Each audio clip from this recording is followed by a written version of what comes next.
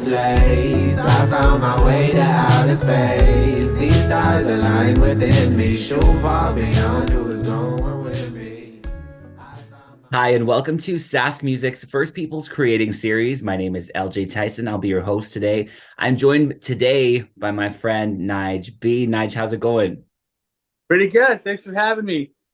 Nige, where are we calling each other from? I'm in PA. Where are you? Oh, I'm in Ronge right now. Nice, nice. And you were born and raised in Ronge, right? Yeah, born and raised here. Moved away about I don't know, 2012 or something. Yeah, but born and raised, spent most of my life here. Very nice. Awesome. So Nige, I want to talk a little bit about the past, present, and future of your music. Starting with the name, because I can relate a little bit, because I sort of use an altered version of my real name for a stage name, and I know you do the same thing. So how do we go from Nigel to Nige, and then the B, right? Where do you start Yeah. using that? I think it was like a long time ago. It was my username for my YouTube account. So it's just like Nige and then B. I don't know, and that was probably like 2011 or something, or 12 when I did that. And then one day I was sitting around like trying to figure out an artistry name, and I was just like going through all these names, and it was just like it was getting so close to my debut coming out, and I still didn't have a name. So I was like, I was just remembered my old YouTube Nige B, and it's like, it's simple. I guess I can change it in the future, but let's go with that for now. And so it's been Nige B. It's just always been, no, that's awesome. I like it. It's catchy, straight to the point. It's great. So where do you start performing live? Where do you start recording? Like, what's some of your first memories of music? I think, well, one of my first memories in the studio will probably be actually here in Laurent. There used to be this old studio. I forget the guy's name, Jared Kirshnoff or something rather, but he had this studio in Orange. So I was in this hardcore band called Capline Escape so me and my friends were in that. And so we went there to do our first song together, Freedom Reality or something it was called.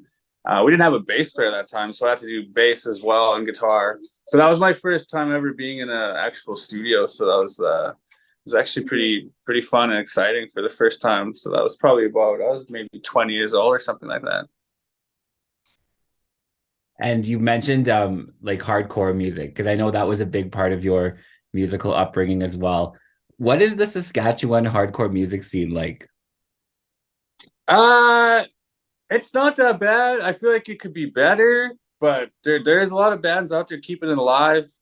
Um, and I'm glad to be still in a band that's doing all these shows, punk shows and stuff like that. So there is quite a few bands out there keeping the hardcore.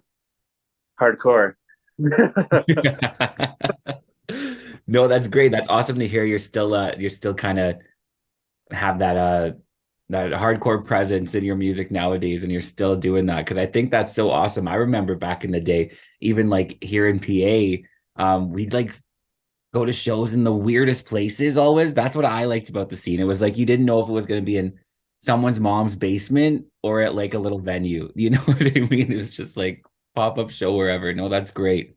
And speaking about the present of your music, actually, just a little while ago, you actually took home Instrumental Artist of the Year at the Sask Music Awards. What did that feel like? That's pretty awesome. It was amazing. It caught me off guard. I didn't expect I was going to win at all, so I didn't. I didn't even prepare a speech or anything. So I was just like totally shocked. Uh, and then yeah, because that record, I didn't work too long on it, and it was the indie shoegaze record. I've always wanted to dabble into indie shoegaze because I'm a huge fan of it. So it was it was a lot of fun. Like I think I made the one song, and then I was like, holy smokes, like this actually sounds pretty cool. And it was pretty fun just to sit in there and because I never made that genre before. So after that first track, I was like, okay, I'm gonna make an EP out of this. This is a lot of fun. So then And then I ended up coming up with the record or the EP in retrospect. And then ended up getting nominated for it and then taking home the Instrumental Artist of the Year. And I was just like, what? It's like, yeah, I still blows me away. I was like, okay. No, I know, like even I would think I was working around the Ronge area at the time, and just like the way the community reacted to your win was so awesome, man. Like everyone was so proud of you, and I just want to say, like, that's so well deserved. I love the music you make, and just to kind of dive into that a little bit, what is your creative process? I mean, are you opening up Pro Tools and just starting there, or are you sitting down with a guitar and starting at that point? Like, where do you come up with your ideas?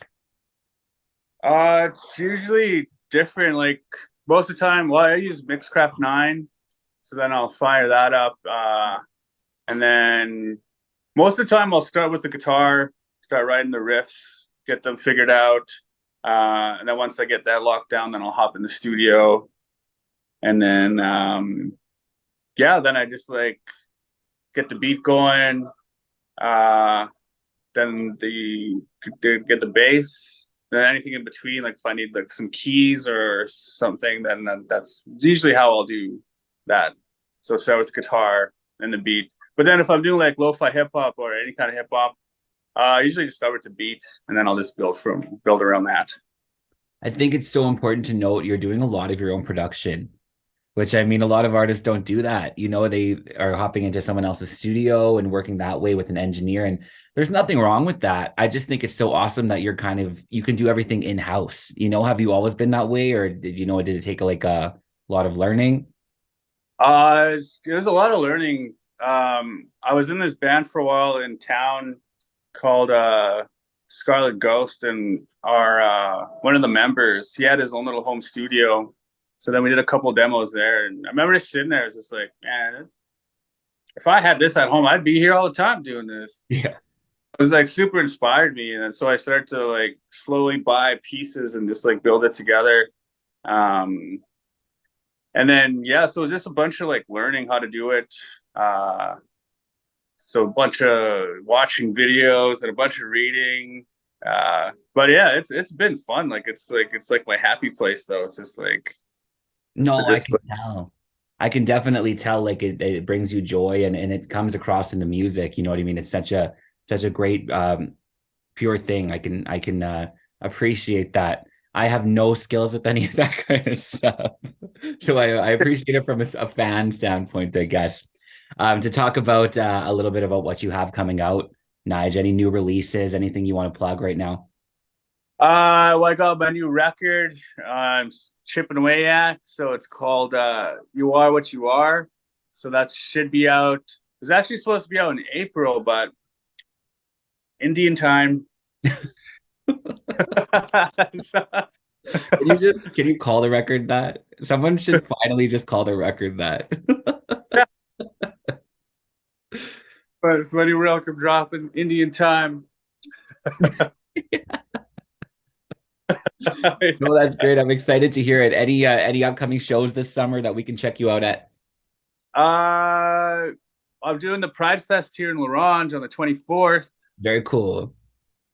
Well, I'm doing Nest Creek, Seattle in August.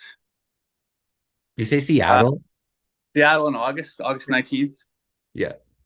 That's a festival there. I've never been to Seattle, so I'm pretty excited for that one. Yeah, no, that's awesome. You'll have to share videos and pictures and tell us all how it goes. Oh, yes, for sure. That's awesome. I feel like I got some other stuff coming up. Oh, it's actually supposed to be on a Canadian tour with my punk band, but the Seattle gig I got offered, and it was around the time I'm supposed to be.